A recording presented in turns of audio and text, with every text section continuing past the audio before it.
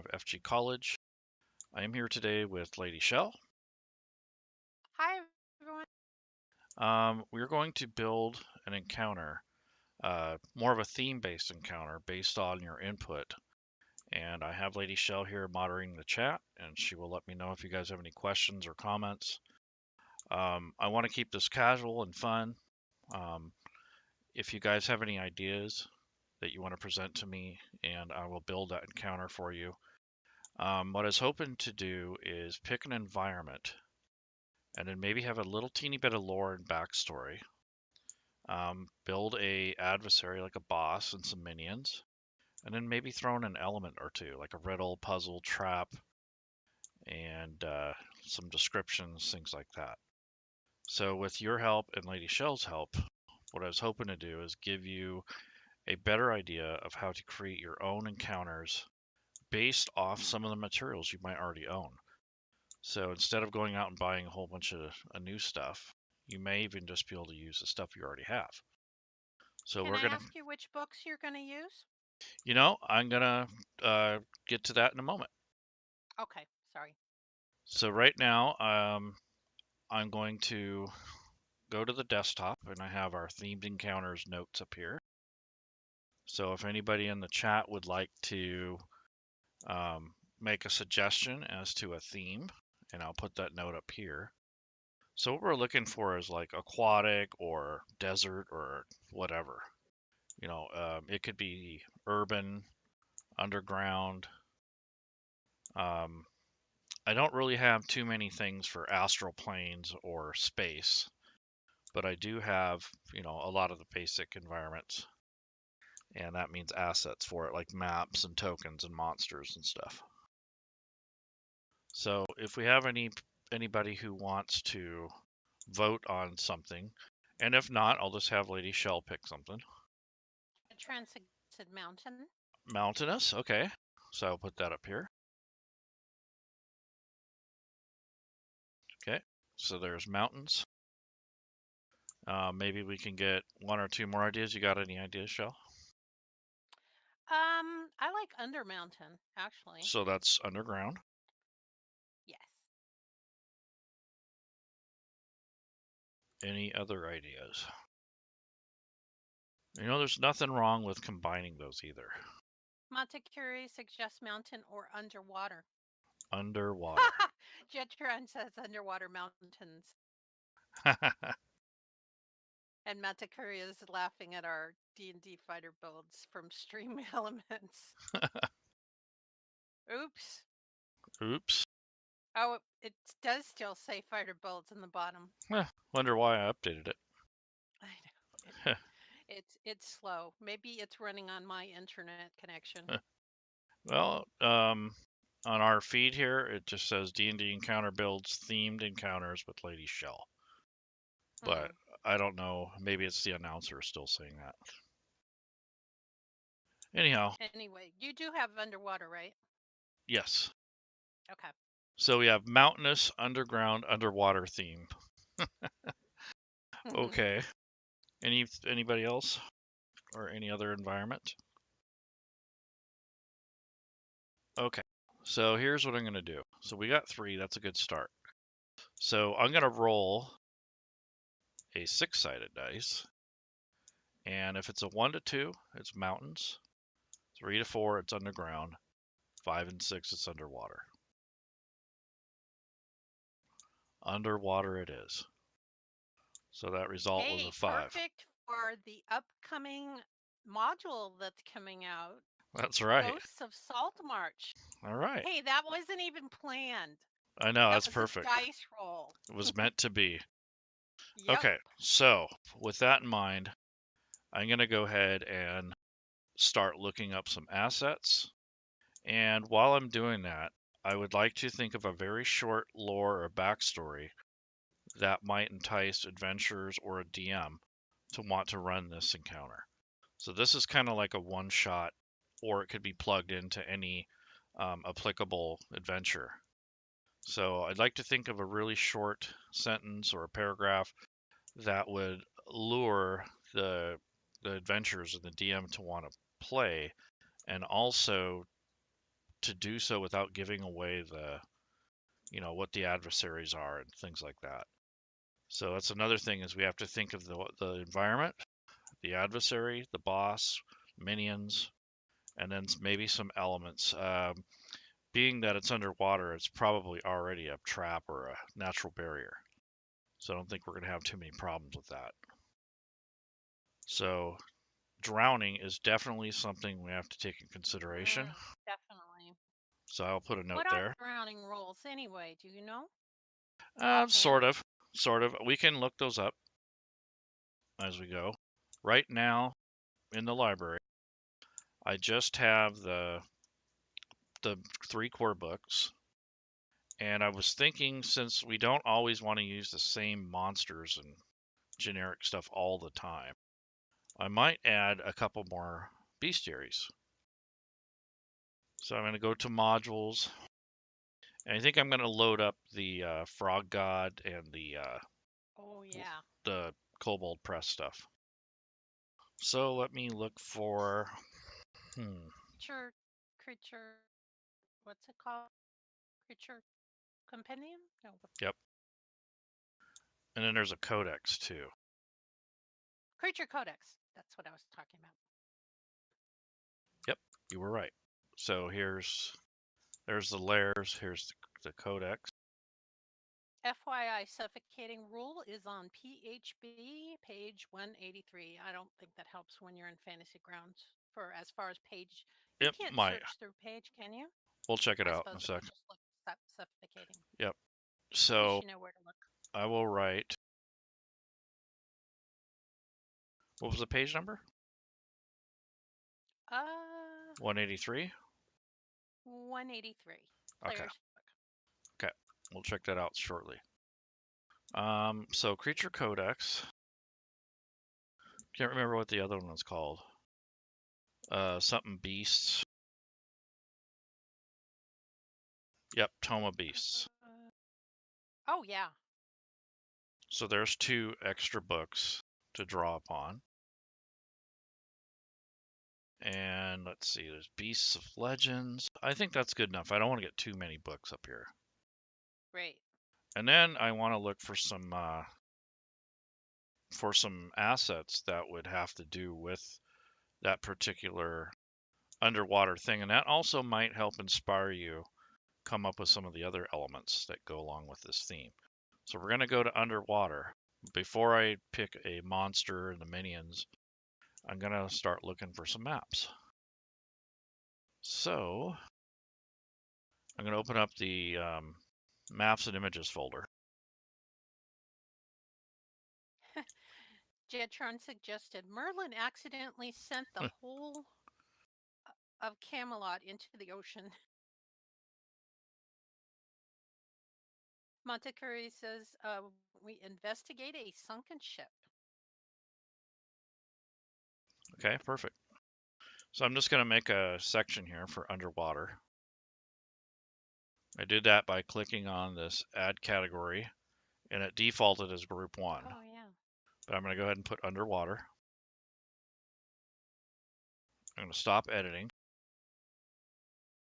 And I'm just going to select this. 1d6 Adventurer's Compendium. Adventures Compendium. Is that a book? I'm not sure.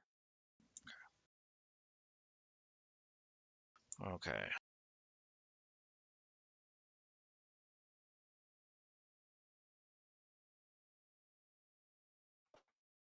So I'm going to start looking for some maps. Now I know that Chris had made some really nice underwater maps. So I'm going to start there.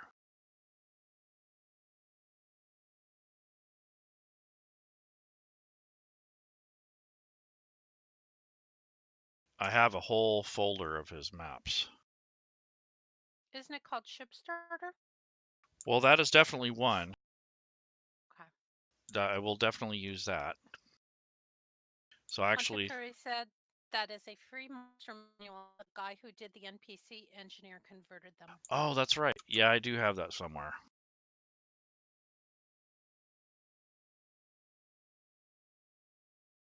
Okay. So I'm going to look for ship starter.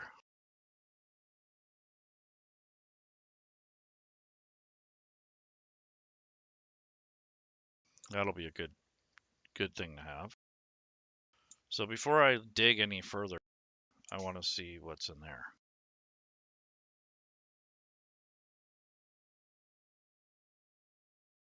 Oh yeah, here we go. So we have a reef, and we have just regular ocean, and plenty of boats. So we could start the adventure on a ship, or I can just use another map that would just show like a watery situation like the ocean. So I'll keep that in mind. There's a few maps there that might be useful.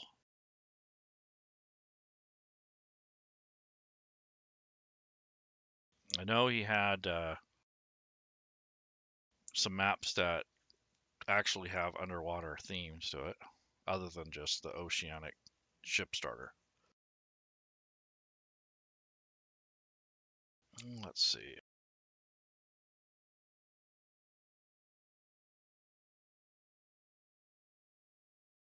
Here we go.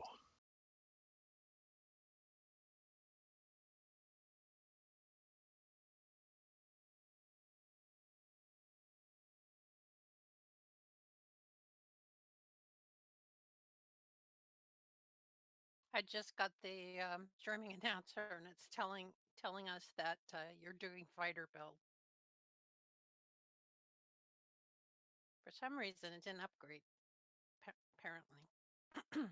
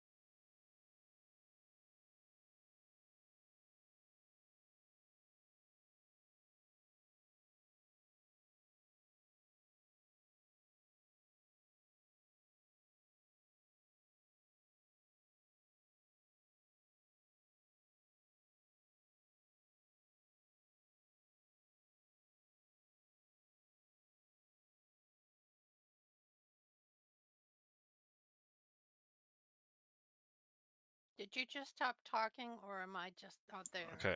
You are So, moving. Are you yep, talking? I'm talking I now. didn't hear you talk. Well, now, Okay. okay. So Ooh, I like basically, that.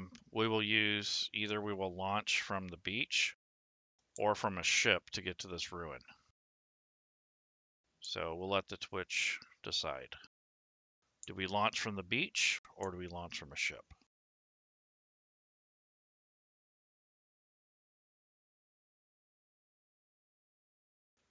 And that will help with our environment here.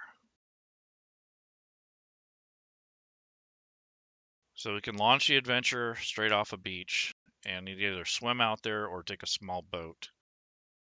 Or we can have a ship that just kind of parks close to the ruins itself. And they'd have a lot more support if they had the ship. So it kind of depends So on the we've got hazards. 2 votes for beach. Okay, beach it is. Okay, so first of all, I don't think I'd want to put this under the title. So what I'm going to do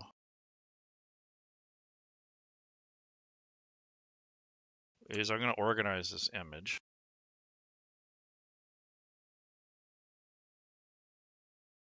And this would be basically for me.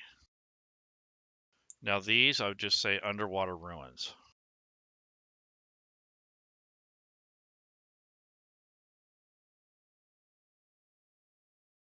And then I'm going to click this ID here. So this will not be identified. The players will only see this when I actually reveal the map. So now I'm going to actually put a grid on this. So I know 50 or 60 pixels usually does it for Chris's VTT maps for Fantasy Grounds. And the only reason I know that because I was kind of around when he was making them. And some of the descriptions in his modules tell you. So I'm going to click Layers, and I'm going to set the grid. And I'm just going to use this opening here as a guide. So that is much too big for that. So I am going to go with about 60. Actually, 75 looks pretty good. Yeah, that works. So there's the grid. So this is a pretty good size opening here. And then I'm going to also do the same for the beach.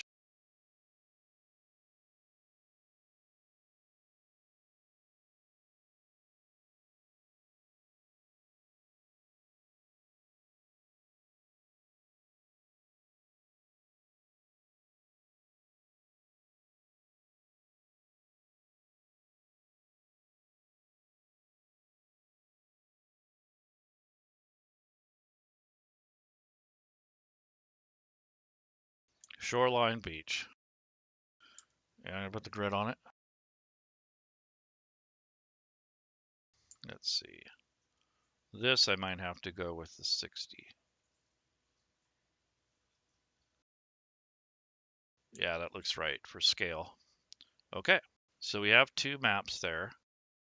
So what I'm going to do is link those to our notes. Now, normally I would make a story entry because if you put them on the notes, they won't stay. So I think I'll do that instead.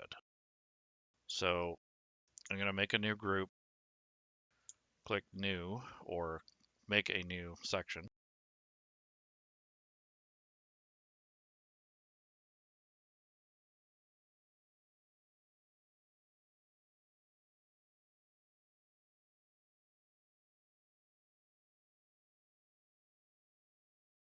We'll just call it Aquatic Encounters for lack of a better name.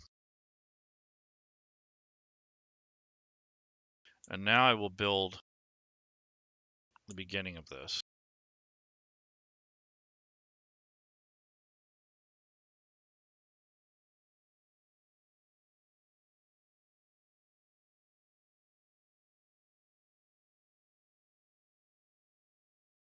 We'll make these kind of more on the line of one-shots.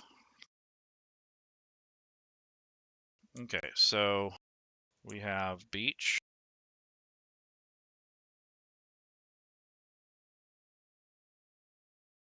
Okay, so some of the things that they might come across other than drowning is sand is not easy to run in or to operate in. So that may be considered difficult terrain, or maybe it only slows them down by 1 square or something like that. And then also you have areas that could be rocky and have barnacles on it. So if you fall or maybe a wave comes crashing down on you while you're trying to go out, you might have a nice little road rash, or what we'd call the undertow for the waves, which can take you and scrape you across the rocks, and that can hurt pretty bad. So those can be some natural deterrents, just those alone.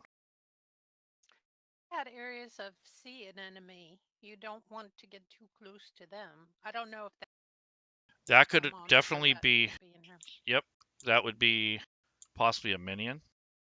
So would you say a sea anemone? Yeah, something like that. Or jellyfish? I used to call spinely things when I was in Hawaii and I was snorkeling. I said, I don't want to get too close to the spinely things. Okay. So spiny fish. But jellyfish, definitely. You don't want to get stung. Gotta have sharks, right? Oh, definitely. So those are just natural things that can pester you. being that those are smaller usually, except for maybe sharks, I wouldn't Yeah. use those too much, but I definitely use them to kind of supplement this little quest. And the only reason we do that is so that one, you run out of ideas, or maybe you want to use it in a different adventure, you'd have those ready to go. So you don't necessarily have to use them, but to have those already fleshed out, ready to go would be helpful, just in case. So I like that. So spiny fish, jellyfish, sharks. And the natural barriers, besides drowning, would be the sand.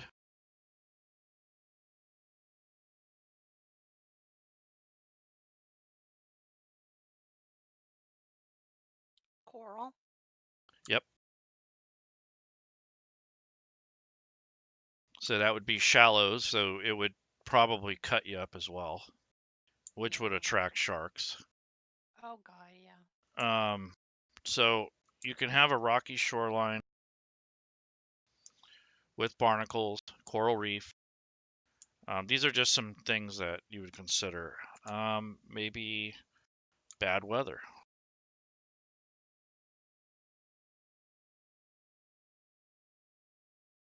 So definitely bad weather or choppy water is not good. So those are just some of the natural barriers that you would come across, other than the dangers of the sea life. You can have a squid, maybe Maybe an some eels. eels. Yep, Octopus. Were you going to say octopus? yep.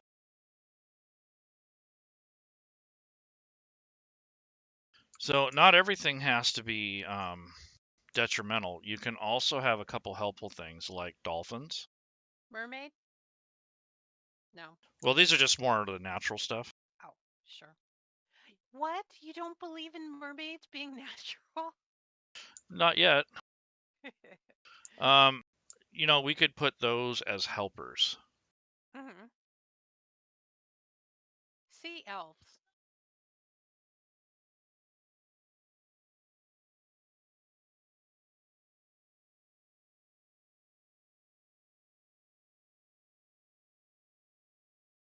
I think that's pretty good. And dolphins, and maybe a whale.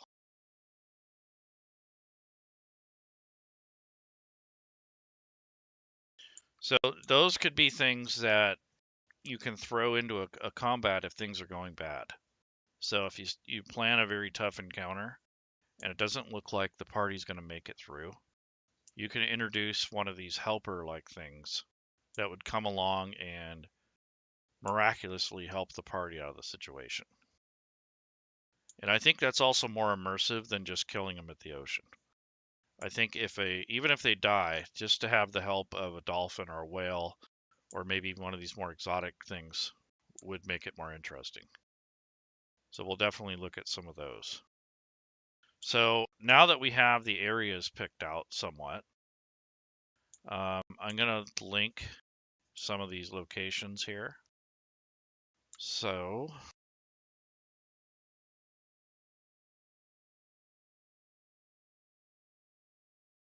I'm going to go ahead and link these. First, I'm going to lock them.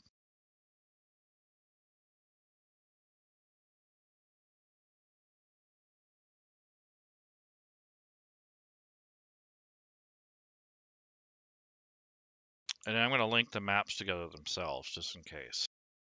So here, I'm going to link that there. And if they need to swim back,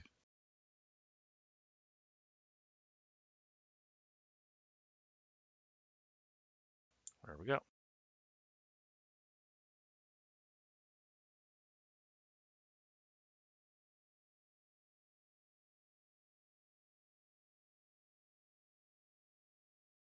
Okay.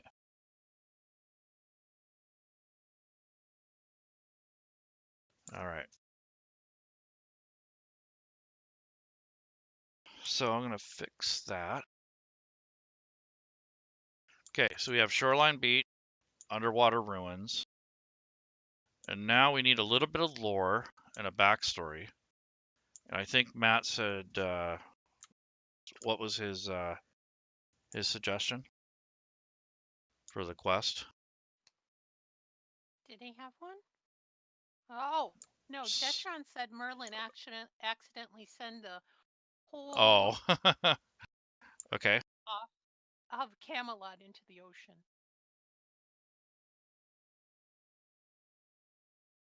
Jonan said you gotta steal the magic ale casks from the pirate hideout. Okay. Oh, here. Now he said, Jonan suggested your quest is to find the location of the quartermaster's magical sextant, which is needed to find the location of Sharkbite Sam's sunken treasure. I like that.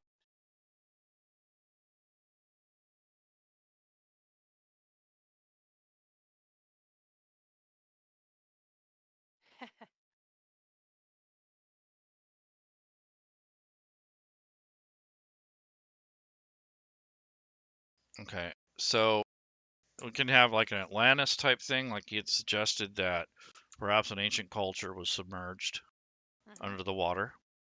We can do the pirate theme thing where we're recovering something that pirates had left behind. Or we could do the other quest where the quartermaster sextant needs to be utilized to find the sunken treasure. So, Oh, that's a good idea. Yeah. yeah. Like, Honestly, all three of those could be used, but this is a one shot, so we have to keep it somewhat simple. well, don't one shots usually have about 3 encounters? Depends on how big the encounters are, but 3 wouldn't be bad.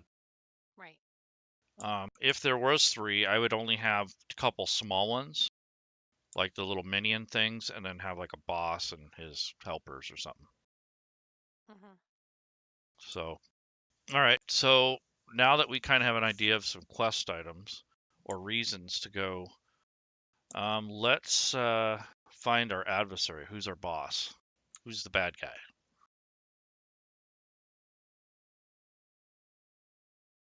Well, are we doing the where the city of Atlantis or Mm-hmm. Camelot fell into the sea? Then it Mm-hmm. would be like the king or something. Uh, I had to Right. refresh my. Is he a Triton or a merman or? I think Triton would be good. Okay. So Tritons could be one of the bosses. Atreides' Aboleth. Those are scary. Okay. So we have an aboleth creature. What if it was just a big overgrown shark like Jaws or something like that? Like a dinosaur or some kind of ancient guardian. I don't know. Right. I mean, I wouldn't use that necessarily, but that is a classic trope. So we have Triton, aboleth, maybe some other common, fantasy races, at least for minions. Maybe some marrow. Always got the Sahuagin. And probably there's one, the Colinth.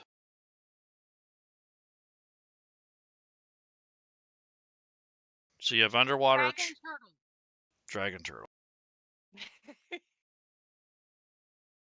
I went to the Cobalt Fight Club to check some race class. Okay. I'm cheating here. So marrow, Sahuagin, Colinth, dragon turtle. Oh, the Malenti. Hydras. Or the Kraken. Someone can Yep. release the Kraken. Yep, which would be a huge squid or octopus. The Malenti are the Sahuagin spies. They kind of look like sea elves, but they're actually half and half. Oh, there's something called the Sahuagin Baron, too. That's like a boss, I think. And a priestess. Oh, got sea hags, too. Don't Yep, forget. there we go. Those are wicked. What the heck is a Trask doing underwater? Who knows? Maybe it lives at the shore or something. I'm looking under aquatic and it has Trask. No, I don't think we want a Trask in our game. No. Okay. So we got Sea Hag, Kraken, Marrow, Sahuagin. Now another thing we have to take into consideration is, how tough do we want this fight? Right, because your So dragon turtle is a CR-17. yeah, so we may not use that. Although a dragon turtle sighting might be No, that's cool. kind of, unless he's sleeping. I think a sighting in the distance might be cool. Hmm. Not really a encounter per se, but I think just seeing one far enough off the coast might make people want to go back out of the water. Right. Or even just seeing a storm on the horizon may do the trick too. The aboleth is a CR-10 CR10. reference. Okay. Now, I don't know if that's referring to, probably because I have the group info. Oh, this is with a level 1 for players. I probably should put like Roughly. level 5-3, level 3, 5 players. Okay. Okay. Yeah. What about the Marrow? Well, we can look here too. There again. So I can go by CR level too. Marrow is a large monstrosity. It's only a 2. Okay. According to the Cobalt Fight Club. Yep. And don't even pay us to say that. What about Sahuagin? CR1? 1/2. Medium 1/2. Okay. How about the Colent? The Baron is 5, 5, and it's large. Okay, Wait, so the what's Baron one you is just said? the Colent. So it's either a C or a K. COALN. I don't know if I'm spelling it right, but Okay. Oh, wait, you didn't say Koatoa, did you? nope, Colent. Nope, I don't see it. Kaolanthe or Colent. Okay. Dragon Turtle, you said is pretty high. What about Yeah. Malenti? I don't have that. Okay. Koatoa, Marid, Myrtle, Marrow, Octopus. What's the octopus? Octopus is 0. Small. Okay, so it's an animal. Okay. Beast. Got it. So, I don't know. I think the Marrow would make a good choice for a mid-level, lower to mid-level party. Yeah. The Aboleth might be a little much, but they don't necessarily have to fight the Aboleth. They can fight his minions or whatever. It's CR10, large. A Triton would normally be helpful, but being that it's a sacred buried treasure in a sacred area, he may be territorial. So that might be interesting to do that. But then he would end up being a little bit more like an NPC character as opposed to a monster, which is fine. Sea Hag would be. Sea Hag, yeah. If you have a coven of Sea Hags, okay. they could be guarding it. Okay, so what's the CR level for a Sea Hag? 4. That is perfect. Yeah, I think so. So what does the chat think for the creature type? Whoops. Helps if I go to the right window so I know what I'm.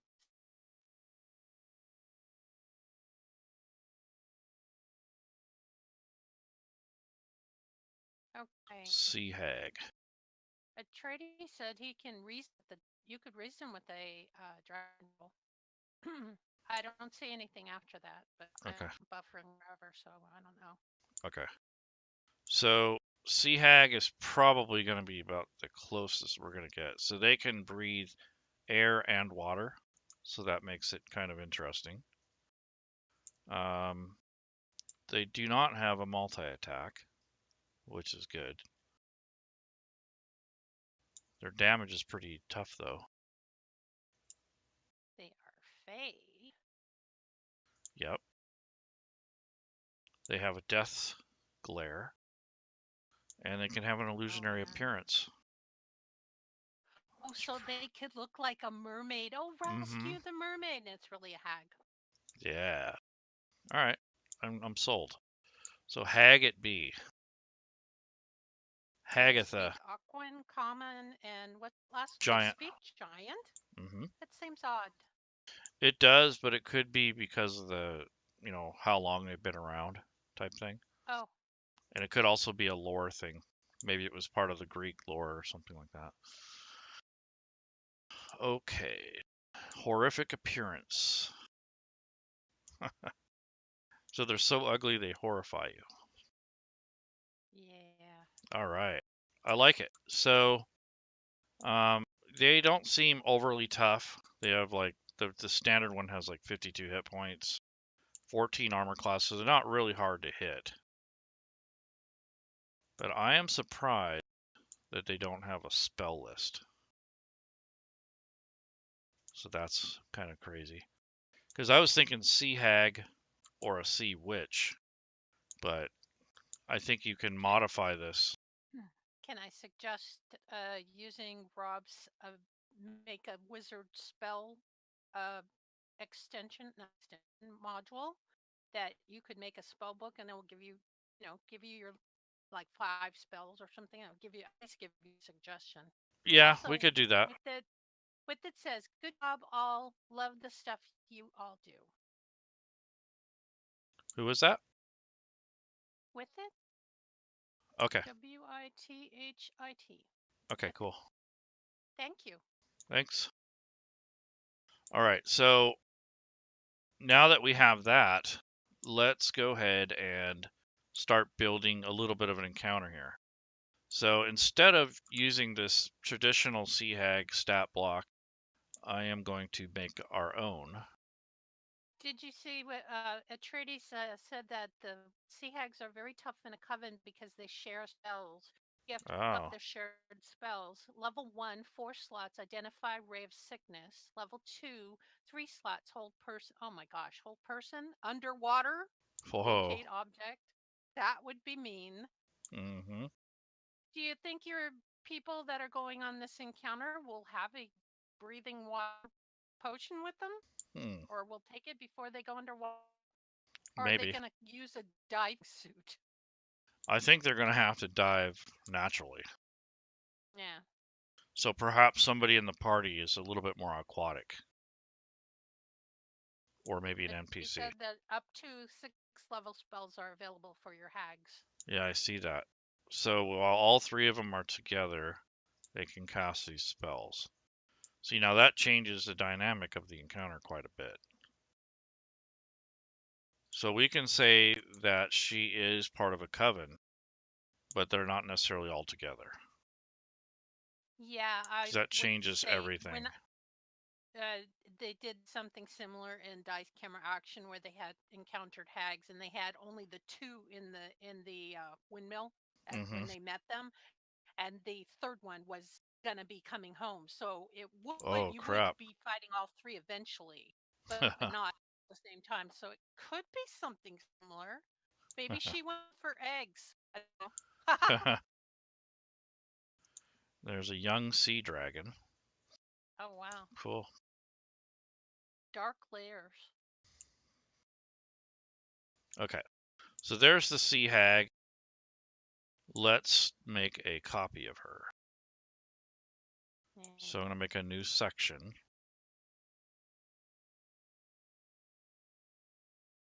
Atreides says if you search for Coven in the NPC database, it'll be there.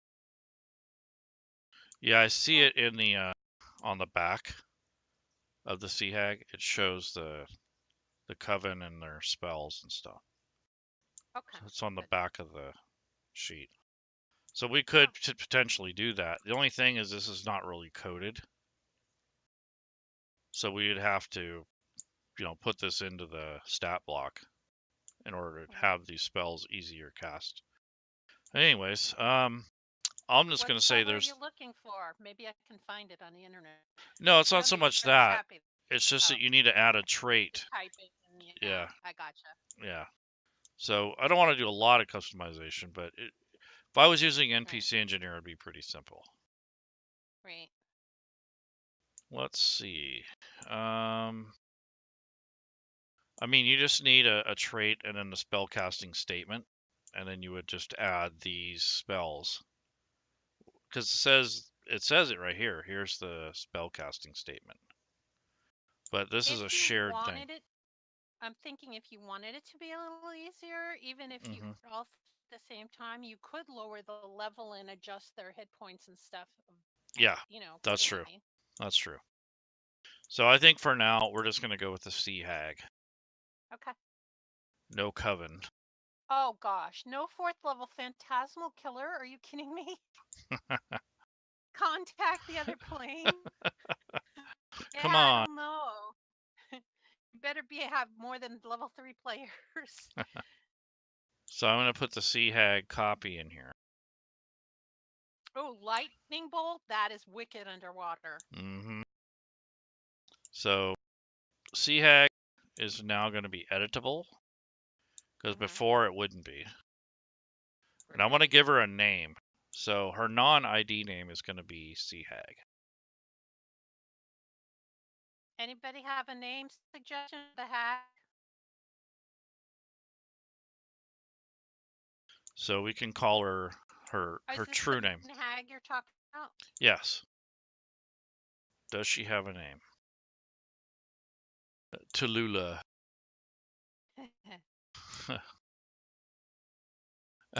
Her name is Blip. Her sister's name is Blop, and the other one's name is Blap. Blip, Blop, and Blap. Oh wow, chaotic evil. Yeah. I'm gonna give her a few more hit points since she's Okay. by herself. Oh, I see what you're doing. Okay. And then her strength is that. Let's see her dex. I'm going to give No her chain, is one there? more dexterity point. So now she has a 15 natural armor. Mm. I don't need to change too much else. And let me see if I have any tokens or anything. Because this thing is pretty ugly. I mean, I like it. But it's just not quite what I'm looking for. But I think I'll go for it because it's a lot easier to see against the background for the map. So I can live with that. But if I wanted to change that, I'd unlock this. Let's call her.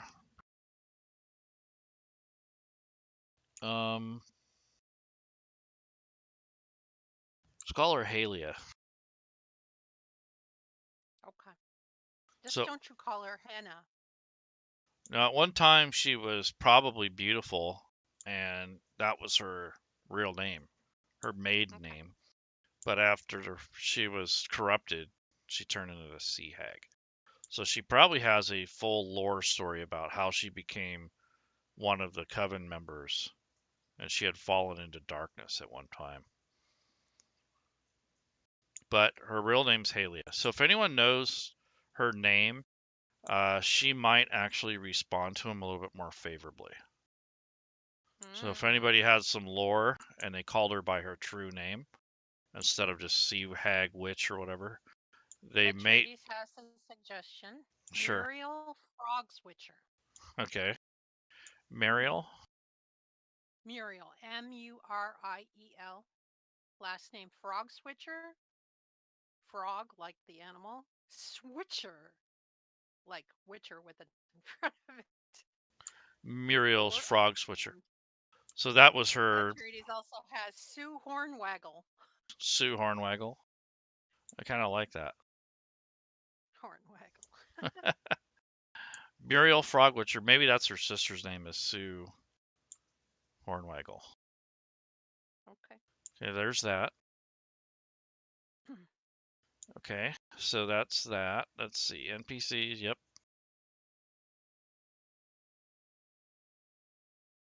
Okay, so let's get her some minions.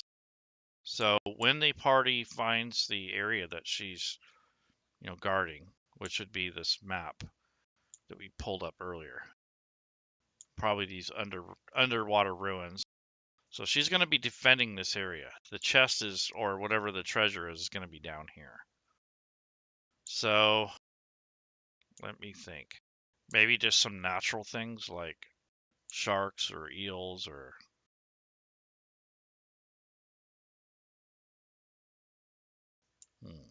So you don't want What's that? Sahugins? You don't want to add them? Yeah, we could. Well, what Yeah. about giant seahorse? Oh, it's unaligned, Yeah, those are but it's usually fairly lawful. neutral or nice. Hmm. Sahugins. Baby dragon turtle, no. Sahugin priestess. You know what? Yeah. I Yeah. think that would be pretty cool. So we can say that the Sahugin priestess is in cahoots with the hag. She's a, but would she be? She's lawful evil, and the hag is Chaotic. chaotic evil. Yeah, I that don't doesn't know if make they would. sense. No. Yeah. These guys are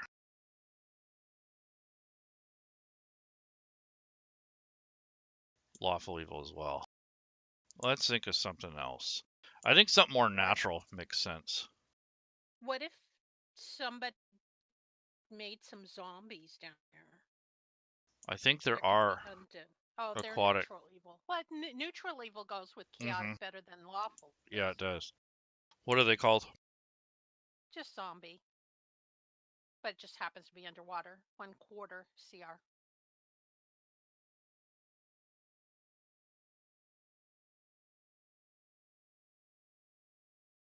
Hmm.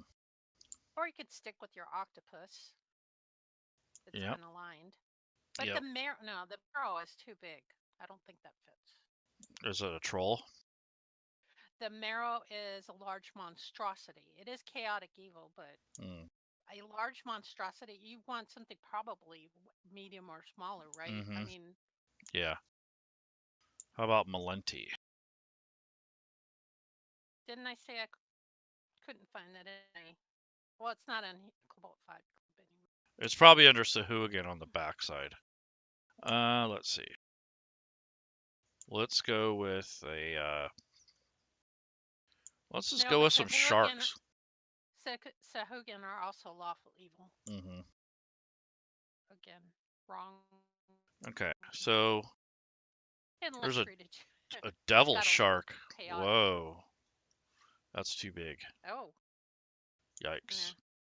Giant shark, hunter shark, reef shark. Oh, see, I see why you have different ones because you're in the Toma Beast. Mm-hmm. It's different. Yep. Hunter shark. Reef shark. Skeleton shark jaw. Giant shark. Atreides said hags tend to summon low-level demons. But do Mm. demons go underwater? There might be some aquatic demons. Let me take a look. Hmm. Oh, yeah, devil shark. You already looked that up, huh? Too big? Was that the one Yeah, that was that too big? thing's huge. It's almost like dinosaur. Oh, yeah. Okay. So this one's all about fire. Those are big demons.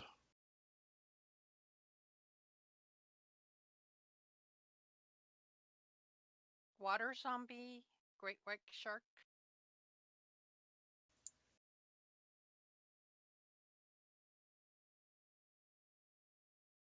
Yeah, there's a giant shark here. Demon Lord of Cannibal. What is the thing called? It's the first one in your Toma Beast. No, second one in your Toma Beast. Devil shark. Giant shark. Shark bowl. Huh. Pretty cool. Skeleton shark jaw. How about these reef sharks? Yeah, they're not too bad. Because a giant shark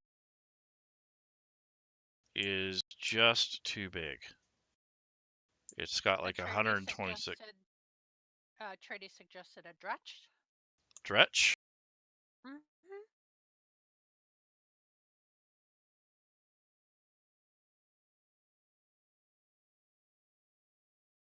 There we go. Small fiend demon. Yeah, perfect. Yep, that works. Now they're not conducive to being underwater, but who is, right? And That's they right. have poison. They can be whatever we want them to be. That's right.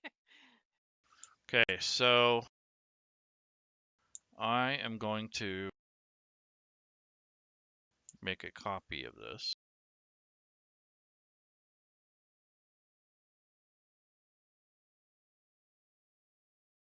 Okay. So I'm going to give them a couple more hit points. They're immune to cold, fire, and lightning. They're poisonous, and they're immune to being poisoned. And they have abyssal telepathy. Well, which would be good with other creatures. I wouldn't think they'd be able to like have telepathy with the hag, right? How do Right. they communicate with them? With her spell? Yeah, she'd probably know a way to summon them. Summon demon. Yep. Okay.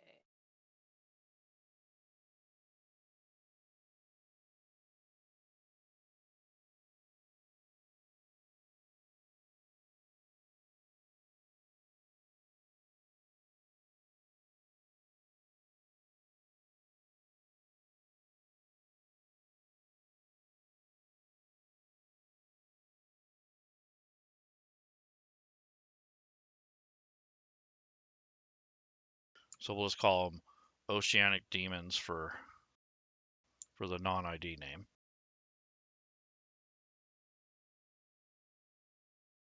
Okay, so that's that.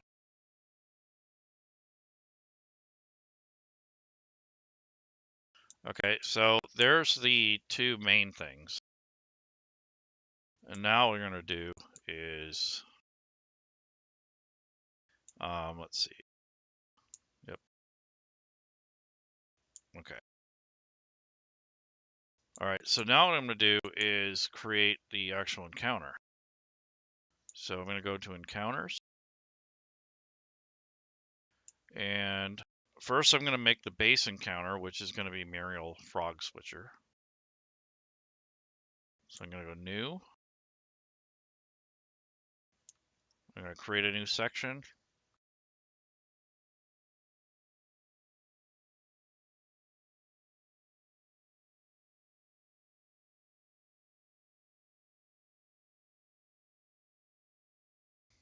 And I'm going to add a encounter type here, which would be the main encounter. Oh, Atreides has a good idea here. He said, have a barrel of ichor about. Summon from the barrel. They can come in waves. So you can Oh, adjust the cool. difficulty on the fly. Nice. We will do that. So this is going to be Muriel.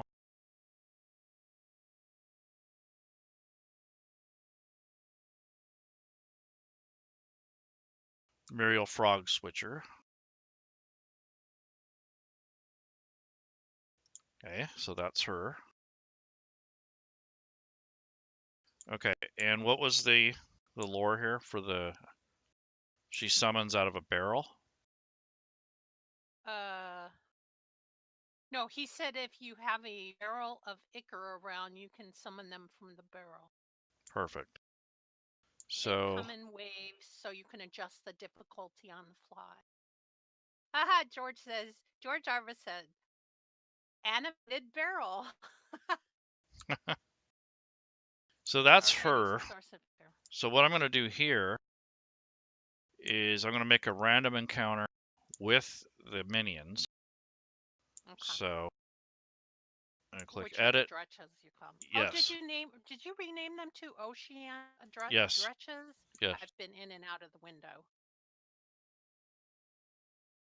He says that a source of ichor, like maybe an oil leak in the ocean floor. Oh yeah. And Kari comes from an abyssal source or something. Cool. Okay, so now we have this random encounter, which isn't really going to be random. It's just going to be, the quantities are going to be random, and it's going to be based off the party size. So let's put... Wait a second. Did you pick encounter or random encounter? Random. There you go. Yeah. So oceanic.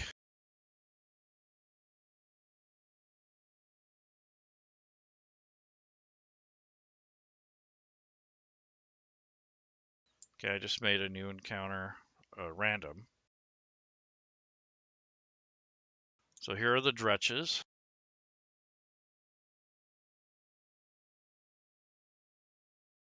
George Jarvani 24 suggested that the hag be from the bottom of hell itself, and she's one of Hades' daughters. Cool. That'd be good Or the lore for the lore. backstory. Mm-hmm. Yeah. Okay, so Oceanic Demon. I could put a 1D whatever, but I'm gonna put.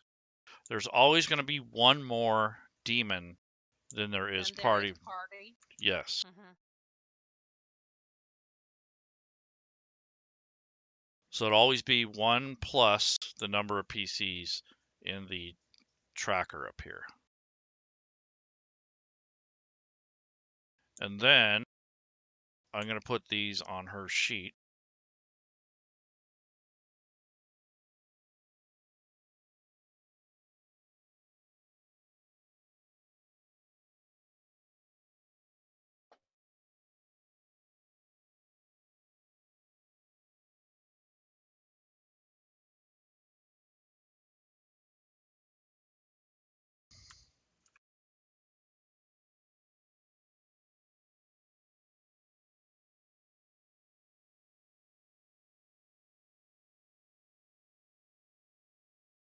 There we go.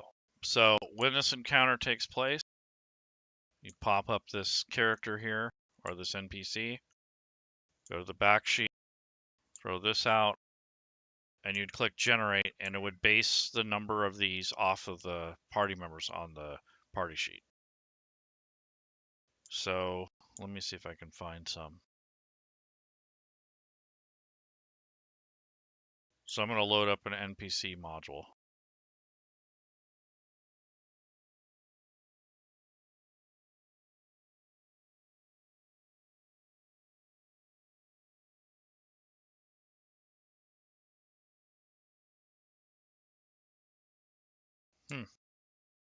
Okay.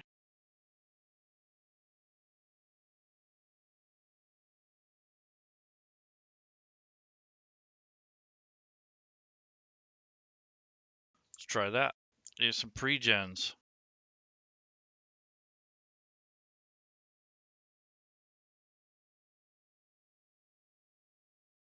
So I'm going to add the pre-gens from this module.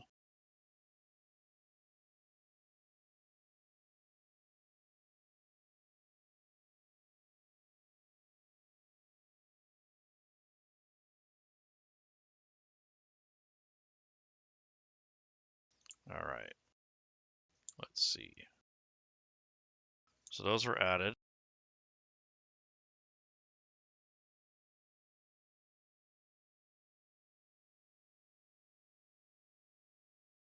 Lots of lag. Maybe you're getting it from my end. No, something to do with Fantasy Grounds on my computer. Oh, okay.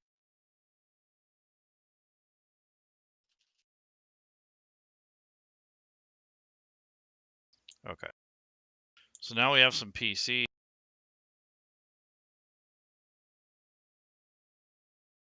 So I'm adding them to this to test our thing out here, our encounter.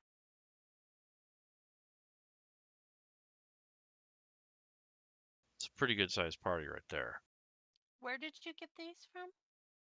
These are the ones that I made, the Oh, NPC pre-gens that I made for the community.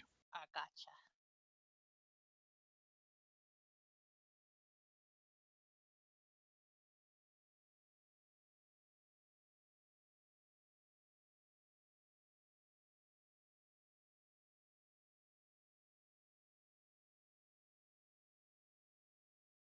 Okay.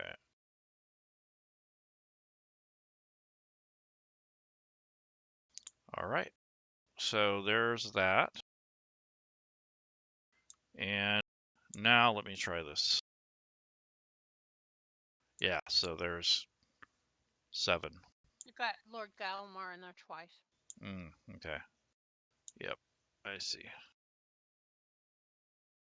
Where's what is her name? The bard?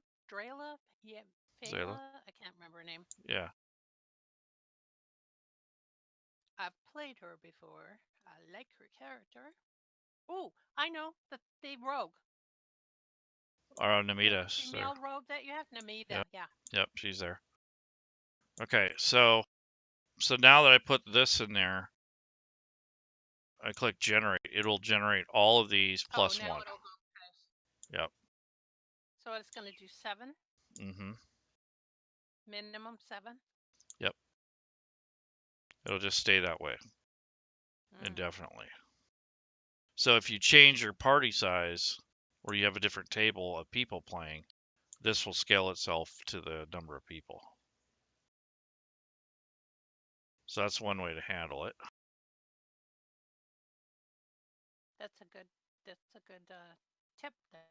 Yeah, so if you're going to create a module to sell, or something that you're going to play over and over and over, you definitely want to consider doing something like that. So all these encounters down here were just from the generated ones. So there's 1, there's 7, and another 7. So I think that would work for this particular group. And if I needed to throw another barrel of monkeys at them, I got that.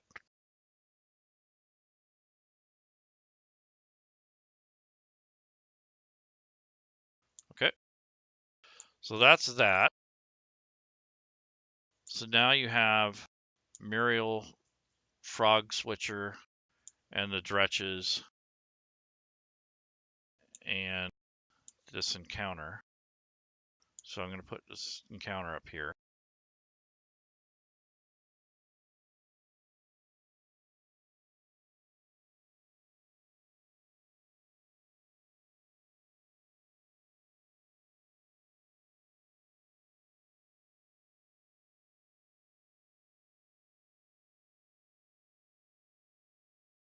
So the lore that was suggested, we can actually put that up here if we want.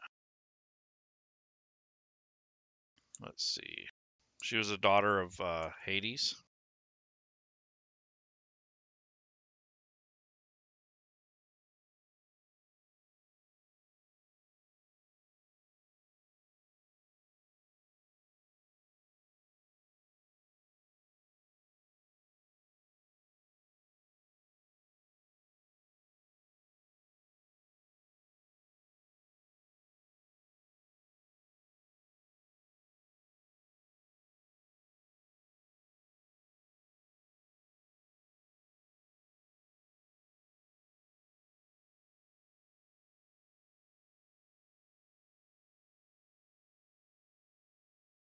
There we go. So just kind of fleshing out the ideas here. And then if things go bad, what should we have come rescue the players? What about the merfolk?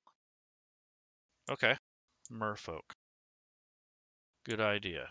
So if this goes wonky and you don't want to kill your party off, we're going to create a NPC that might come to their help, especially since they're not oceanic. This might help them. Atreides is funny. He said, when you said who we have come to rescue them, he said dragon turtle. Dragon turtle. Okay, let's see. So already they're going to have the drowning issue, which we would have to include that in our notes here. Let's see.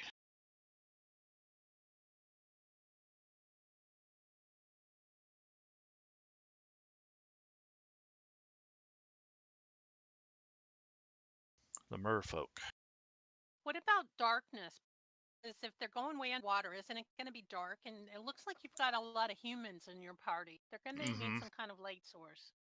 Well, Zayla can see, Dorag can see, and Laren. The other 3 cannot. Yeah. But yeah, they might need a light source. Depends on the time of day.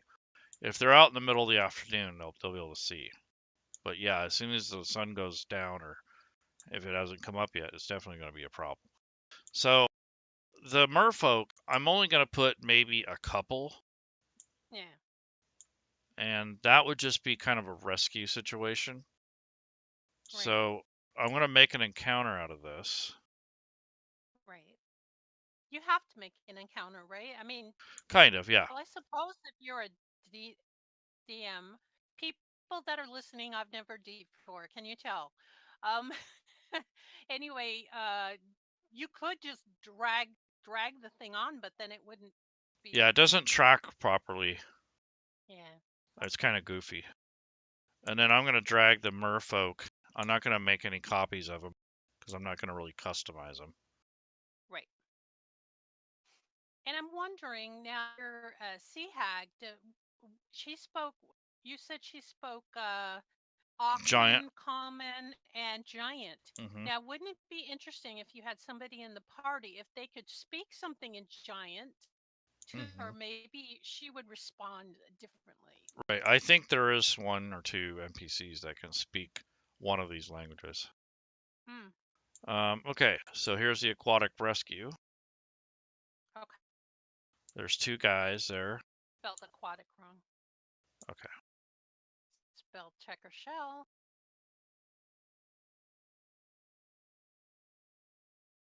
there we Okay. go. So there's the aquatic rescue just in case. Okay.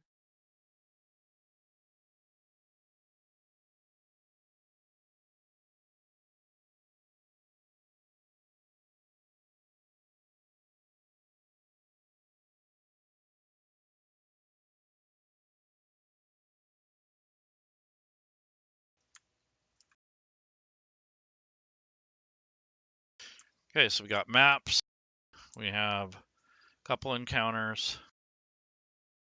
And now it's just a matter of, placing them and linking them together.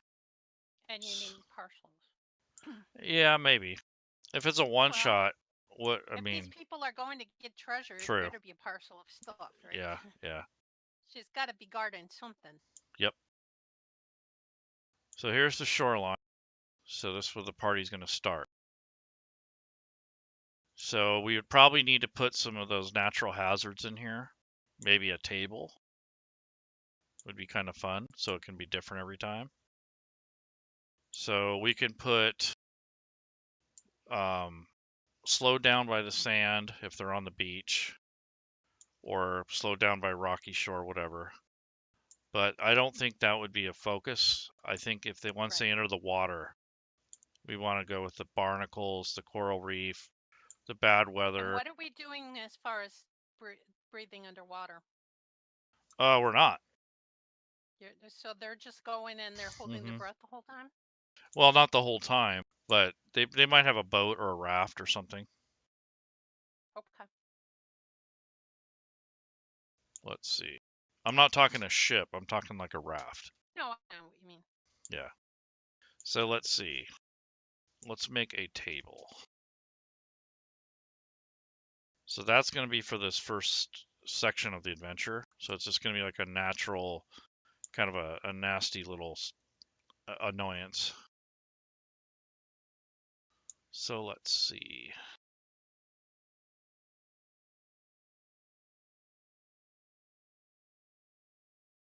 So you said suffocating?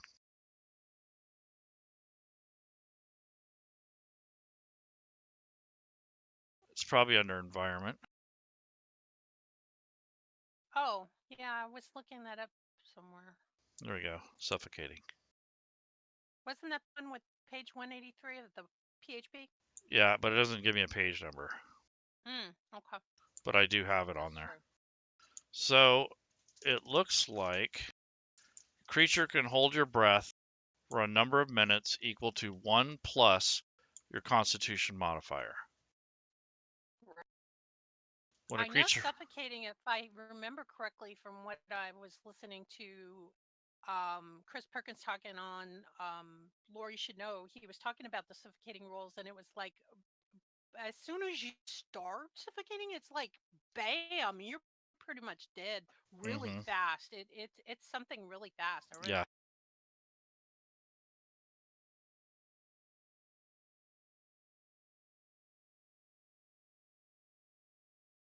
When a creature runs out of breath or is choking, it can survive for a number of rounds equal to the Constitution modifier minimum of 1 per round.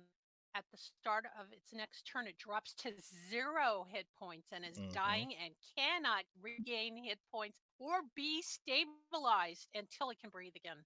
Right. I thought So, that was the scary part that I remember. right. Wow. So I'm gonna make a themed, or not a theme, but a another story entry, Okay. and Oh, you were opening that up when I was reading it. I wasn't yep. reading off your screen. I was in another window. Just Okay. so happens that you happen to be showing everybody the same thing.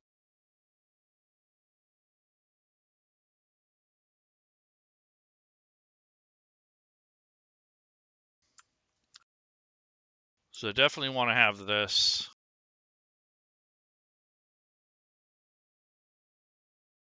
So you have those notes handy. And then I will put that somewhere in the links. So drowning and suffocation.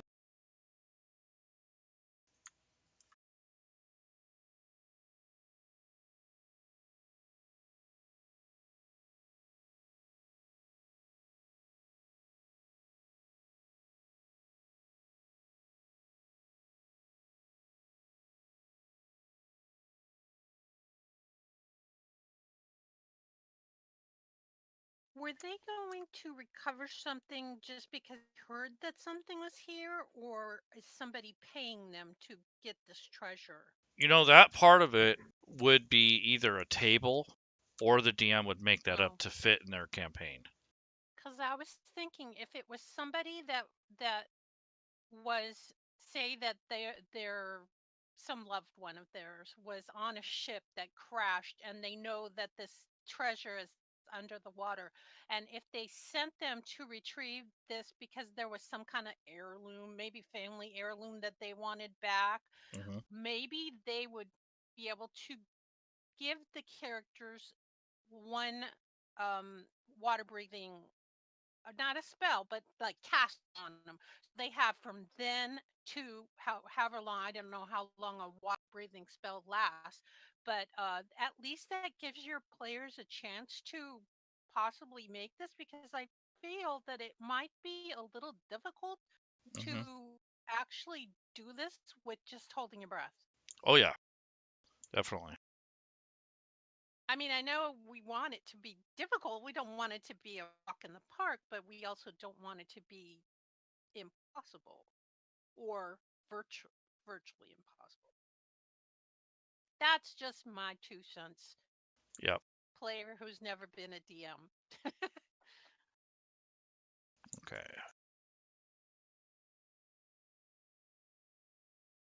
So swimming would fall under athletics. Definitely.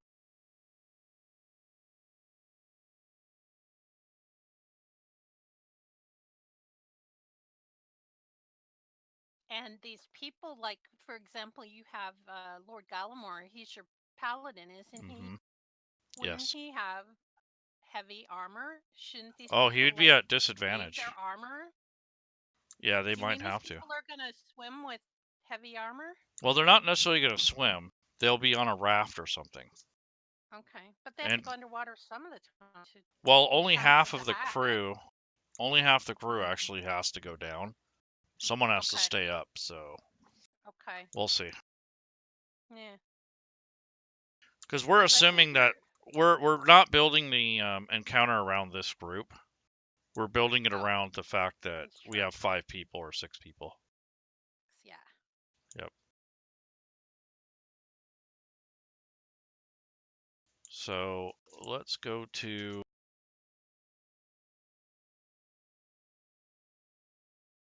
climbing, swimming, and crawling.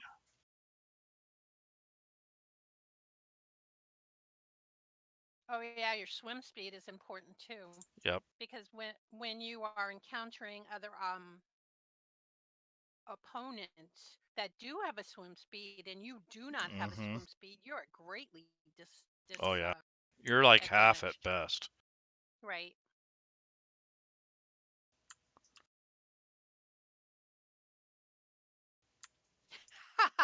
Trady says, I would personally not get on a raft with someone in heavy armor. Send in the sneaks and spellcasters.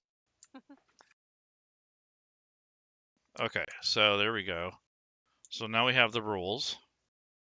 So Okay. climbing, swimming, each foot of movement costs 1 extra foot or 2 extra feet in difficult terrain, unless the creature Wow. has that speed. So a successful strength check or athletics is what you would use. You Similarly, could then gaining any distance in rough water might require a successful strength or athletics check. another thing that I was thinking of as far as a mob that you could be fighting would be if you had the squid or something and the squid would shoot out the ink, then you can't see where you're going to. Mm-hmm. So there's the swimming. So swimming, drowning, suffocation.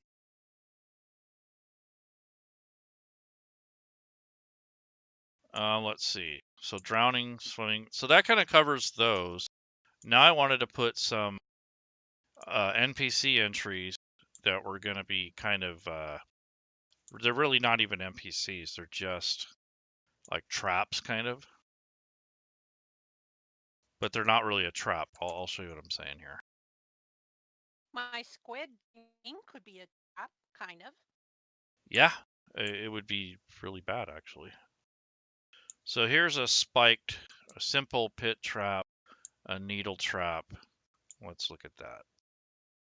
So here's a simple needle trap. So I am going to reconvert this into this aquatic one-shot. So this is going to be my barnacles.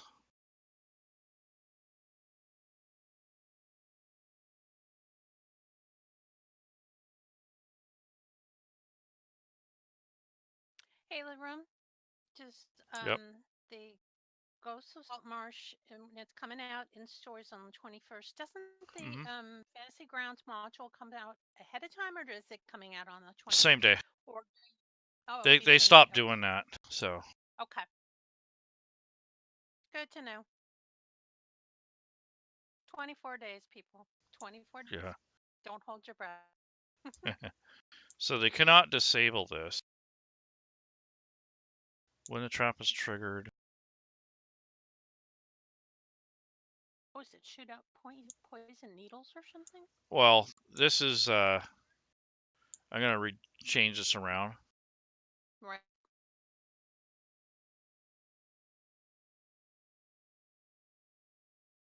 Oh, okay. I see. You're just repurposing it. Yep.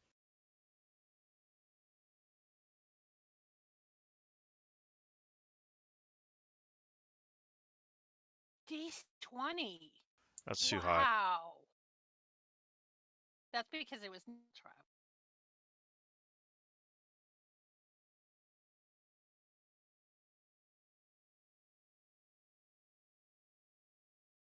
Where are these going to be hidden in? They Are don't these even really have are to they, be hidden. They're just well, random. this is on your way into the Hmm. water? Yeah. Okay. So basically, a successful DC 15 intelligence check Okay. allows you to deduce the hazard's presence. Hmm. I'm going to do another one. If I was making this into a module, a one-shot module, I would make sure that some of my not NPCs, some of my the pre-gen characters, that somebody would have some kind of Swimming. they would know the well, yeah, would a Triton Triton Yep. swims, right? Yep. Or a CL. Yeah, I would make at least one or two of my options for the people to be characters that have some kind of advantage in this location.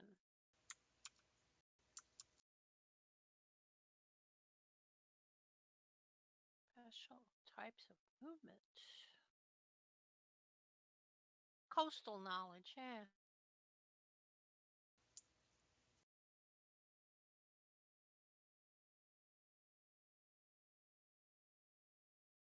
I'm gonna put survival. Oh, survival. Yeah.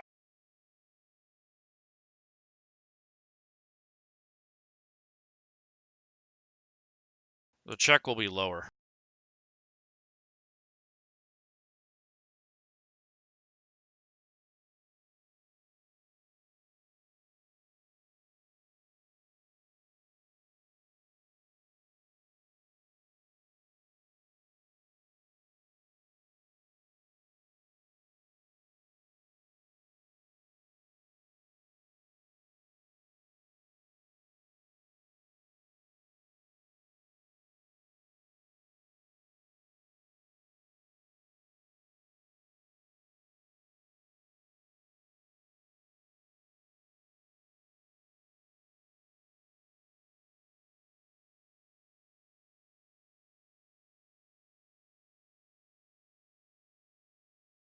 Swimming.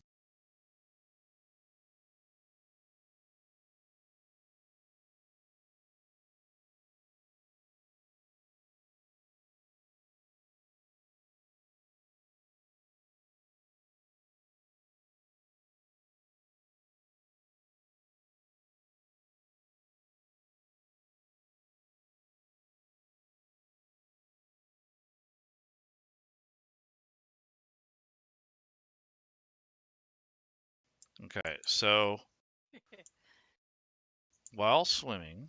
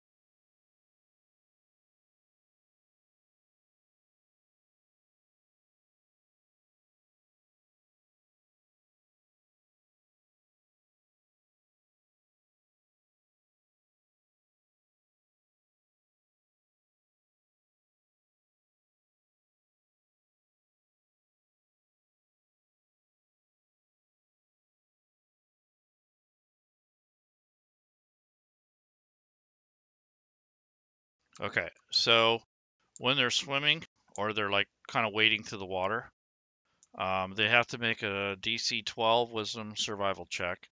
It'll allow them to avoid or navigate away from the hazard.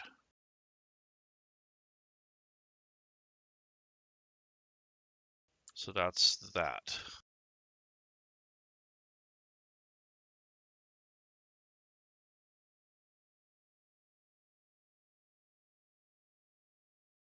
That should be it. So 1d4, I'm going to say +1.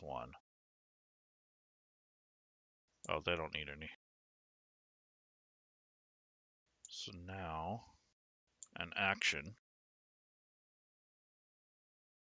So I want to do some sort of abrasion or scrapes. What do you think that'd be? Slashing? Piercing? Yeah, it could be both. It's like coral. Yeah, abrasions were more like, Slashing. yeah.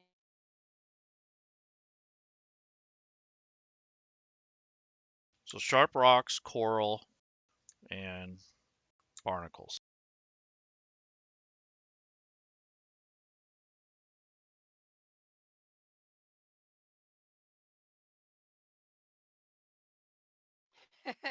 Vex suggested friction damage.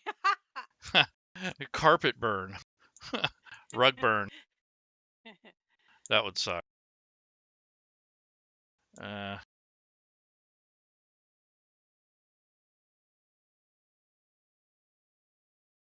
let's see. I'm going to change that. What are you changing? I'm just going to put an H.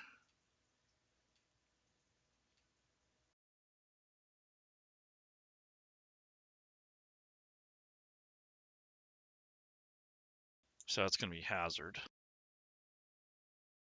Oh, I gotcha. Oh, wait, your token. Oh, that's what it. Hmm. See, I'm slow, so Yep. my, I just saw you move the P. Okay. What? Thank you, AT&T. Thank you very much. Yeah, Okay. can't wait to get rid of you. Yeah. So let's read only. Lovely. And But Trudy suggested you could add poison damage too to if you're talking corals and urchins. yep. So I'm going to do that right now.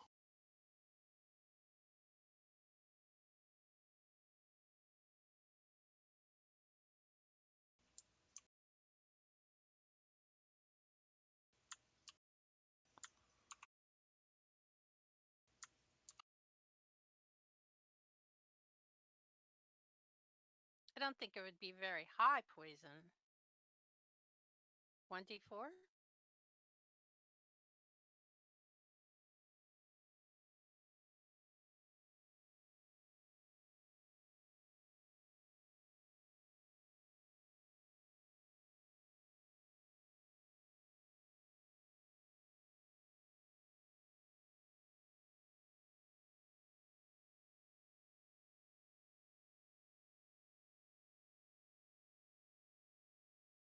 Okay.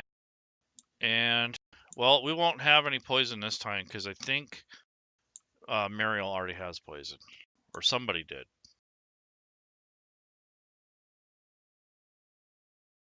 No, that was a creature we were looking at. That's the Dretches have poison. So I think we're good there. How many of them are there? It depends on the party, Oh, but that's right. one more than the party size. Okay, so here's the sharp barnacles and rocks. They don't do a whole lot of damage, but if you find a bunch of them while you're swimming out there or exploring, that could really hurt. Especially if it was, if you want to really be mean, make it a, what do you call it? A swarm of, a swarm of sharp rocks particles. That would, yeah, that would be too mean. That would be like something I would think about. Okay, so we have 3 different hazards that we can throw at them. So swimming issues, they'd get too tired and have to swim back. Right. And if they And you're don't not swim back, going, you're not going with my, somebody sent them and gave them a spell to give them somewhat of a benefit to. that could be, the pre-thing that a DM would come up with. Okay. So the DM can send their party any way they like into this encounter. That's true. So you're thinking ahead of the encounter. So we could put a little note that says, however you arrive to this situation is up to you, and make sure that Right. your characters are at least have one swimmer. Just have a couple little notes there. Let the DM know that there's poisons being used and some natural hazards, and to spend a special attention to swimming and drowning. Figure out if they're going to swim or if they're going to use the raft. So one other hazard that I might put is a sinking raft. Is this a blow up raft or is it like a Wood, wooden raft? like a wooden raft, a makeshift type thing. Because if it was a blow up raft, you could have some kind of like shark come up and attack the thing, and he No blow up bites rafts. it, and it. Okay, let's see. If I guess my this was a my modern game, I would. fantasy. Yeah, I was gonna say my fantasy is a little more modern than yours.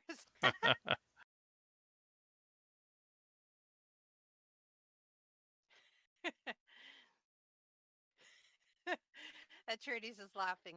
Ha, sinking raft. You should have just gone with an easier coven.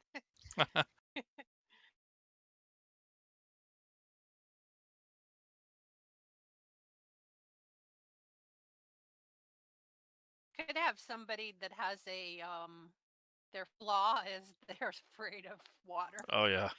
afraid of drowning or something. and one dwarf in the party, then you get protection from poison, kind of. Blow up airbed?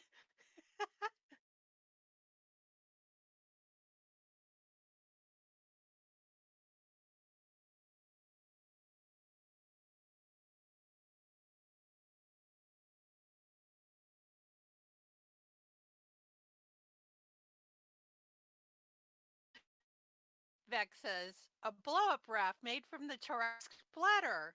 And Framed again said, "You just need a party backs. They would hate us." So this is going to be if they, if they use a boat, any sort of flotation device, roll a d6. If the results are 5 or 6, they will need to swim or come up with creative ways to repair, Oh, yeah. such as a mending Oh, spell. yeah. Oh, yeah.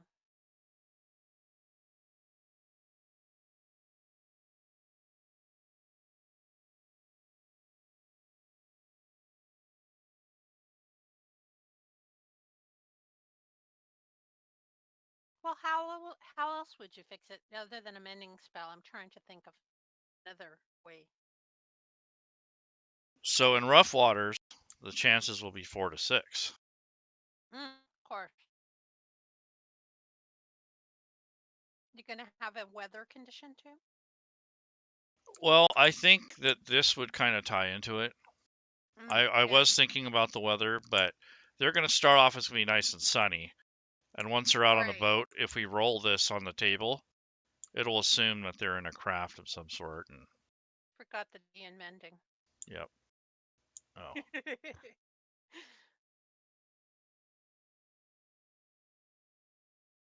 Framed Framed again suggests you could give them strength checks to bail the water out.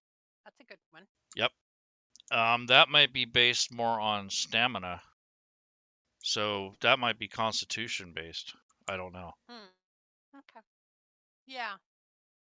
Yeah, because I mean, you're going to be continually bailing. So, I mean, you be as strong as you want, and that ain't going to help you continually bail.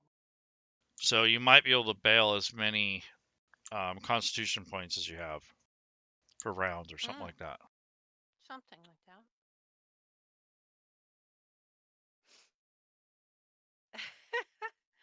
Beck says it could be made from a T Rex's splitter just so you could throw a line in from Jurassic Park 3. You don't want to know what I had to go through to get that. Okay. Smart Mage would can cast Tensor's floating disc under the raft. Wow. That is a good idea. Really good creative idea. I'd probably give you inspiration for that. Uh-huh. Ding. Okay, so we got natural hazards, maps, aquatic rescue in case, and then we have the main encounter. So now it's just a matter of linking stuff. So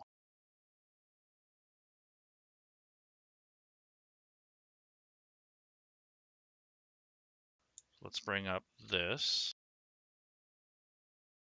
Shoreline Beach. Oh, I forgot the table. Drats.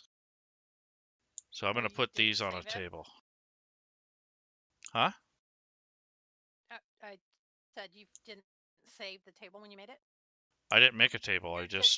I'm making the you were just entries. talking about it. Okay. So let me pull up tables.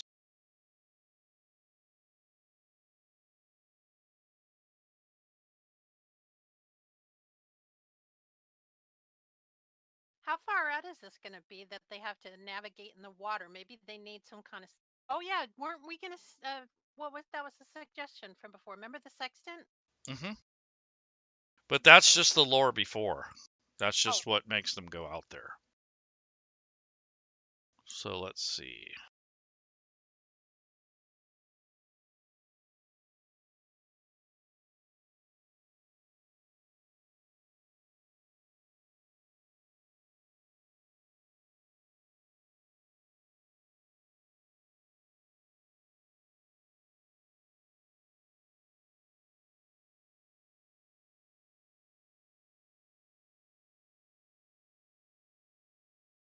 Yeah, the way the water looks reminds me of when I was the last time I was in Hawaii when I was flying back home and looking out the window and seeing the water look like that. It looks so pretty. Oh, I would love to go back.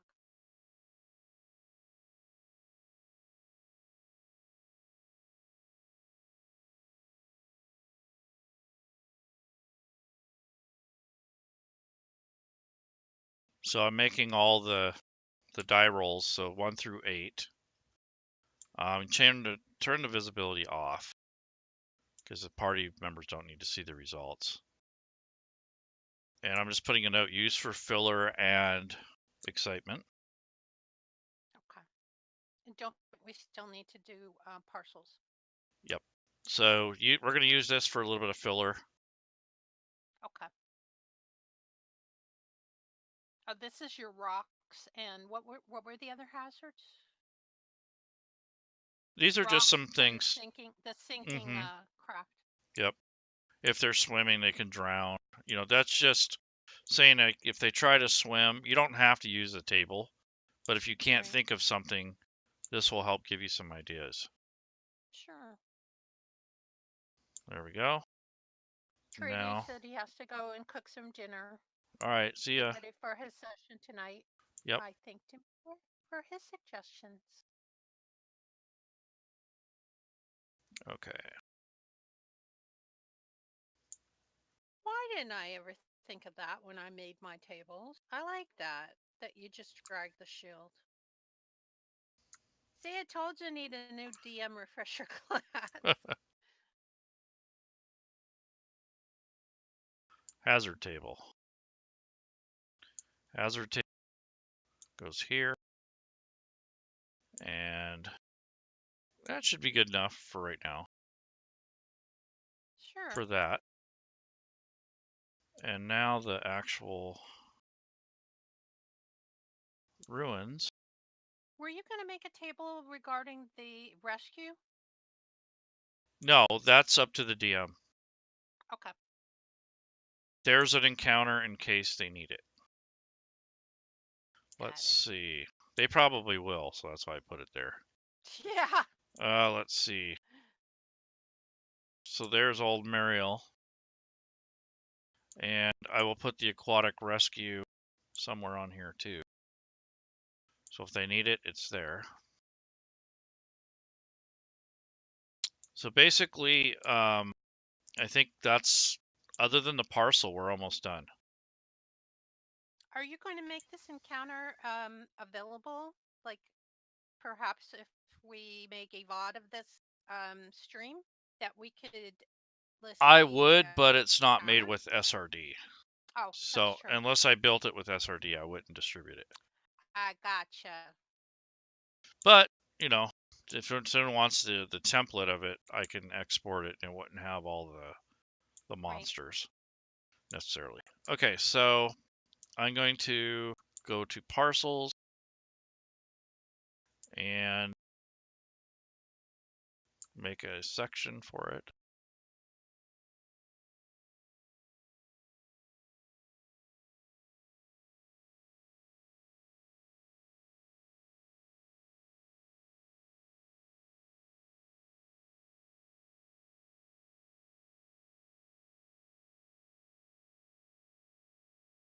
Okay.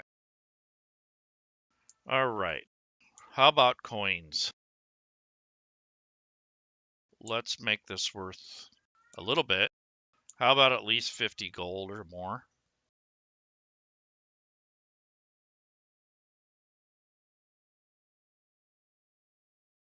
What do you think? 50 gold?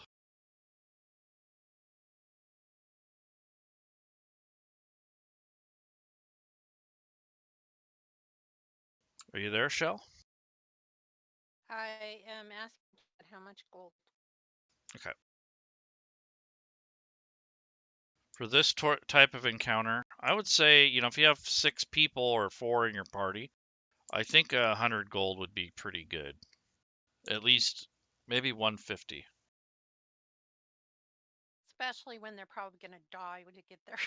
Have to be covered. Well, you also think that gold weighs a lot, So you wouldn't want to be That's dragging up true. tons of coins. You don't want to give them like 500 copper or Right. something.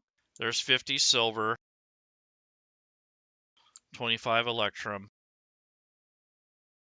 10 platinum, 100 copper. There you go.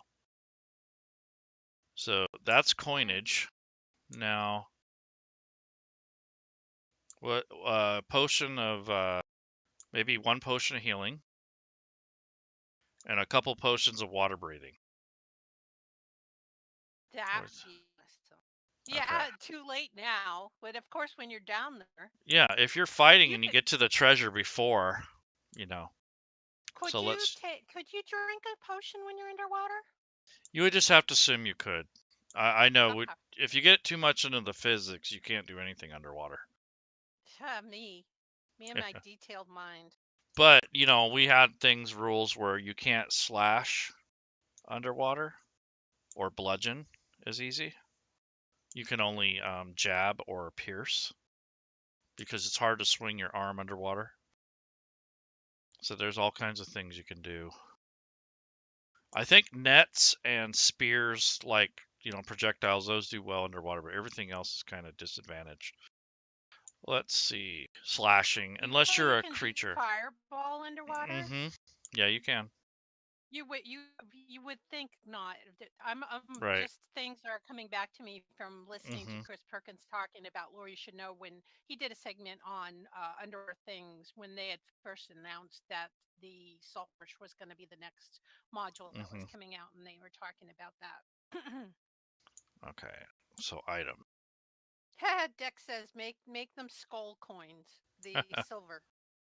Oh yeah. Oh, DM has an option of making them cursed. Ooh, that'd be cool. See, that would lead into another one shot. Hey, there you go. Yep. You use your pins where you want, right? I pin this to the next module. So there's one aquamarine gemstone. It's worth a lot of money. 500 gold. Cool. Um.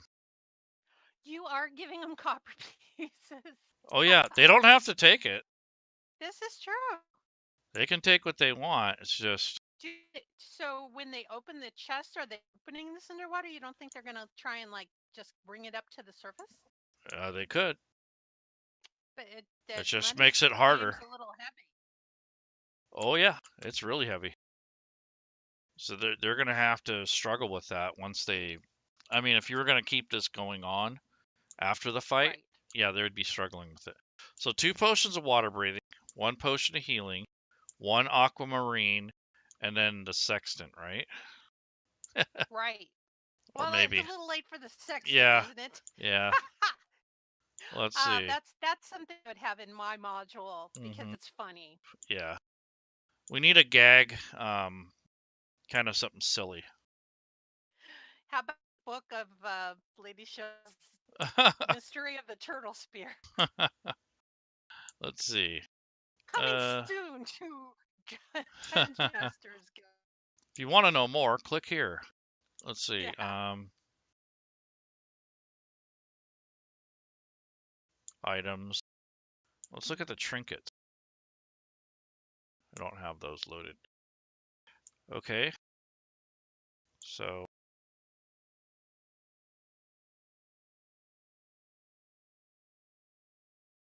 A necklace string of small pink pearls. Diablo Bob Ooh, suggested a that's 25. scroll of water walk. Okay. That would be cool. I didn't even know there was That would be such a awesome. spell.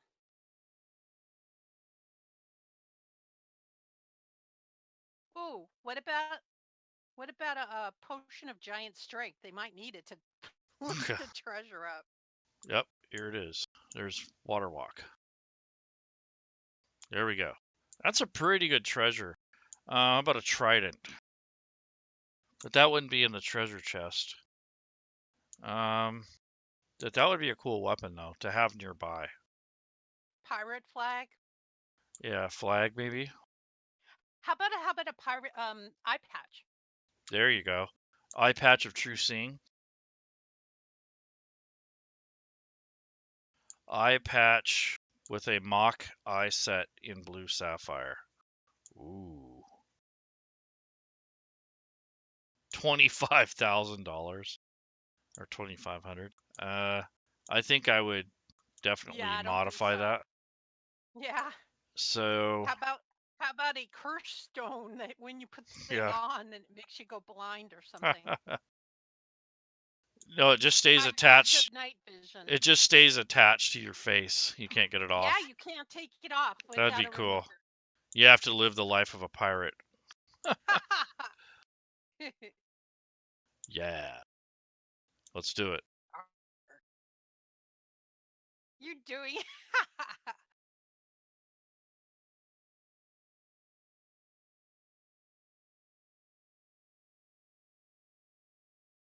Black eye patch.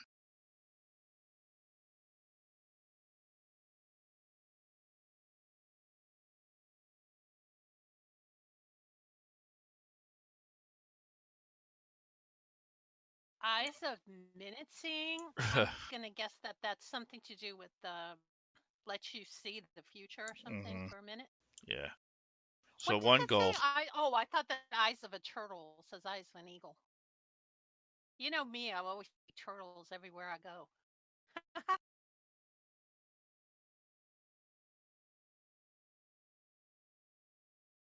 Cursed pirate eye patch.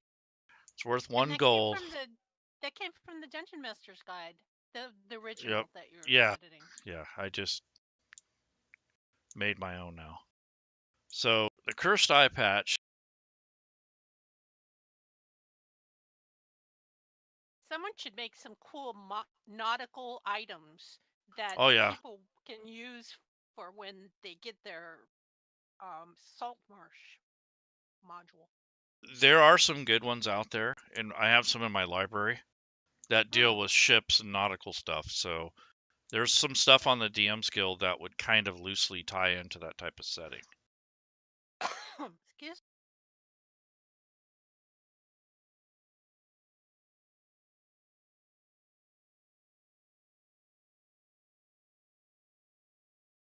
Diablo said, if there is the cursed item that forces you to be a pirate, is there another cursed item that forces someone else to be a ninja? And your Cool. sworn enemy.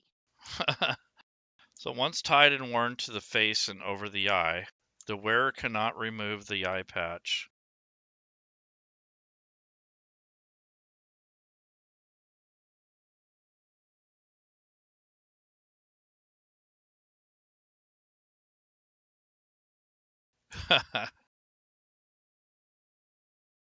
So they can't remove it without a curse or a minor wish.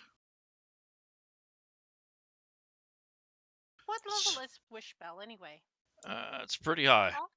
So remove Ooh, curse is well, it pretty high should be. too. Yeah. Not really. My Yeah. cleric has removed curse at maybe 5? Yeah, so it's probably like a fourth level spell or something like that, third or fourth. Okay, okay. So there's our cursed eye patch.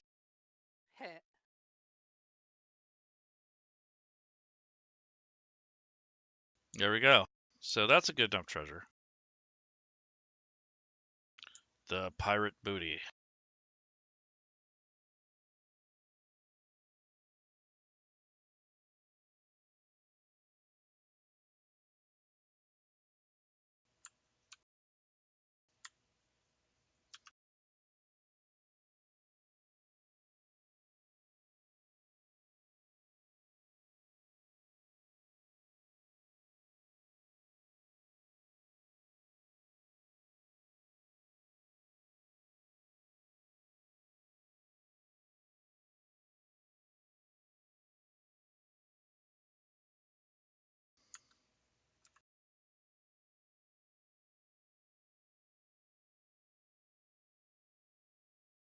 There we go. And let's see.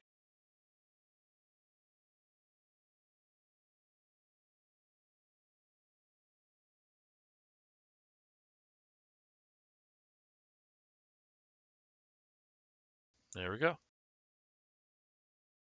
So I think Cool. that's a good enough one shot to run like for a few hours. Yeah. And if you wanted to export this, what you would do is first I have to fix that item I made.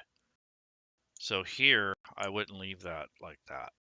I'd make a new section.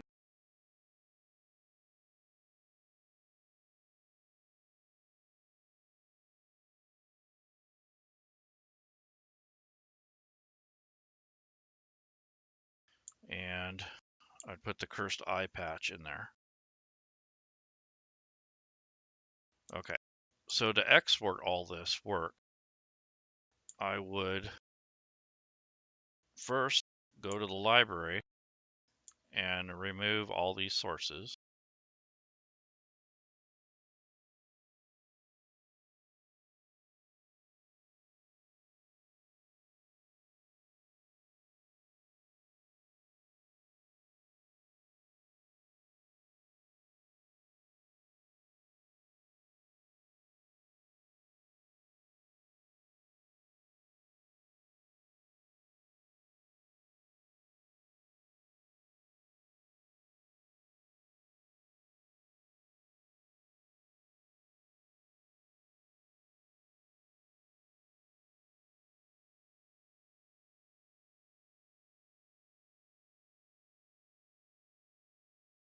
Yeah, Fantasy Grounds likes to bounce around and give you memory issues sometimes. Okay, so I'm taking the rest of the modules and removing them from the data module activation section. And you're doing that so that it only exports exactly what you use, not what you might have used. Correct. Right? Correct. The only issue is those Tritons or merfolk. Since I used a source module, it'll form a link to the monster manual. So if you try to run that encounter, it'll give you an error message. You have to have the monster manual loaded. So that's why it's best if you create all your own creatures instead of using ones directly. That's a good tip. Yep. But it did say that is it one of Rob's modules that where it's if you didn't load it, it pops up the thing and says this isn't loaded, click Yes. here. Is that one of his modules? That's what I thought. Well, it would be like that. It would do the same kind of error. Oh, okay. So now I've gotten rid of all the source book. So let me see what happens. Yeah, You didn't see, use player's handbook at all? well, I did, Oh. but not to create these links. So it says a module you're attempting to use is not loaded. The monster manual, so you'd have to load it. So that's why it's not good to just go straight directly from the source. Right. And it's easy enough to actually create the NPC yourself. Yeah. It's not hard. So I mean, we're basically, limited in time here. We're not going to be here all day. right. So. But basically, what I could do is go to these NPCs. And tie it from the book. Yeah. Copy And it. yeah, open it up and do that. Okay. So now I'm going to do a // export. Wow, am I running behind? I just seen you open that module thing where it was. Wow, I'm really far behind. So far as exporting goes, backgrounds I didn't use, classes no, effects, encounters, images and maps, items, NPCs, parcels, maybe pregens. Quests I did not use. I didn't make any races, but I want to export the reference manual. Yeah, I have a question. What? When you included NPCs, is it only going to include the NPCs that you Yes. brought from your thing into your Yep. existing Mm-hmm. campaign? Yep. Okay. So even Okay. though your original NPC pre-gen, not NPCs, but your pre-gen module that you have where you got these people from had more than just the ones you used. It's only going to give you the ones that you actually imported into Right. your game. Correct. Okay. Just want to get that So straight. quest, races. So that's all I used in this. Mm-hmm.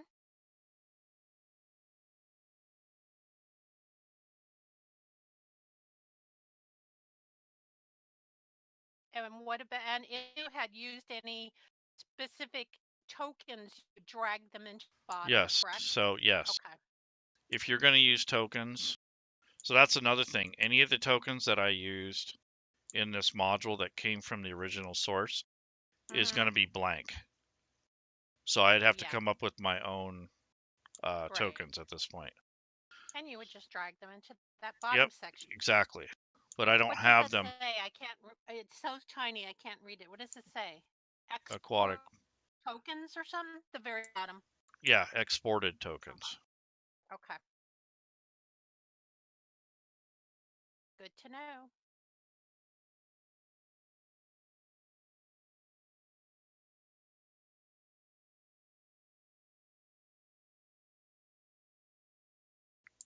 Read only. No, I don't want to mess with that. So once I've, labeled all this and I picked all the stuff I want and I put the author, the category, the module name, the file name, and a thumbnail, which I just grabbed something randomly. Let's see.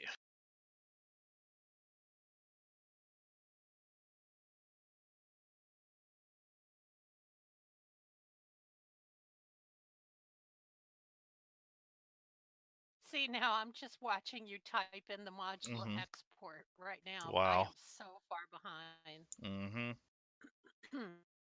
Does it keep So, buffering? okay. So anyways, I went ahead and did that and I click export and it says Okay. module exported successfully. So now I'm going to Okay. do a right slash reload. Oh, so that you can Hold on. reload your existing module that you just First made. I saved it. Right. Now I'm going to type reload. You didn't even have to exit Easy Grounds Nope. and come back in. Nope. There's another tip for you people. Yep. So this helps it so where when you do some work to a module, instead of completely shutting it down and loading the module after it loads back up, in the chat you just do a right slash reload, hit enter, and it will kind of stay in the interface and then reload whatever module you're working on first. But I can take a look at the module that technically I should be loading it up as a separate campaign. But I just want to see the reference manual part of it. See how that turned out. I didn't know that you made a reference manual. Oh, it's Yep. loading again for me. Yep. Okay. So now that I have that loaded, I'm going to go to the library, go to modules,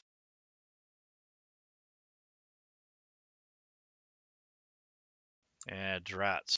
I guess I can't see. I guess I will have to shut it completely down. Oh, well, that's good to know. I really thought I could get away with just reloading that. Hmm. Oh, no, here it is. Yep. I That's was because I gonna didn't. say didn't Okay. understand why it would do that because you're exited out to the menu and you go Okay. reload. So here is the finished product, and I use a squid for the That logo. fits. And I'm going to go to, wait, where is it? Reference manual.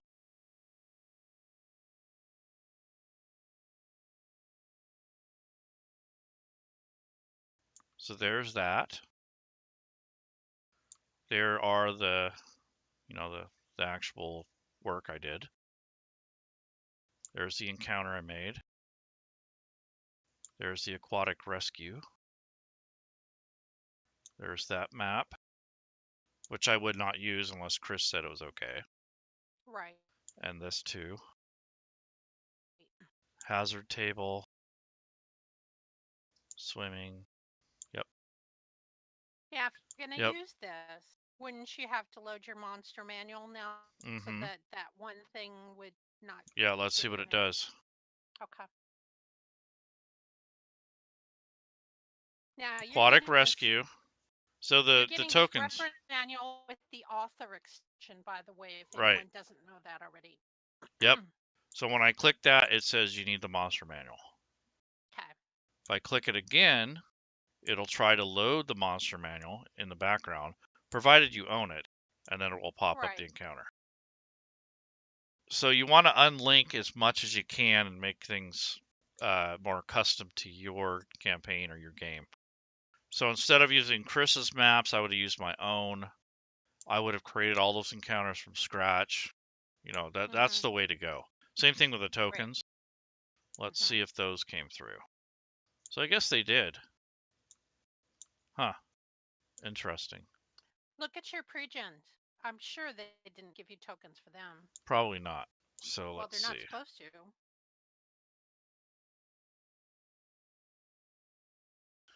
Let's see. I don't see them. No pre-gens. Because normally they would be in here. Hold on. You didn't give the pre-gens as part of the module? I thought I you don't did. think so. Huh. Maybe. Let me check. Is So there an library. option for Oh, here it characters? is. Here it is. Pre-gen characters. Yeah, it brought them over. It didn't get the tokens. No. Or it shouldn't. See, again, I'm Let's backward. see. I'm looking at your aquatic counselor's one Yeah. sheet, one shot. Mm-hmm. Let's see. Go to PC. Buffer.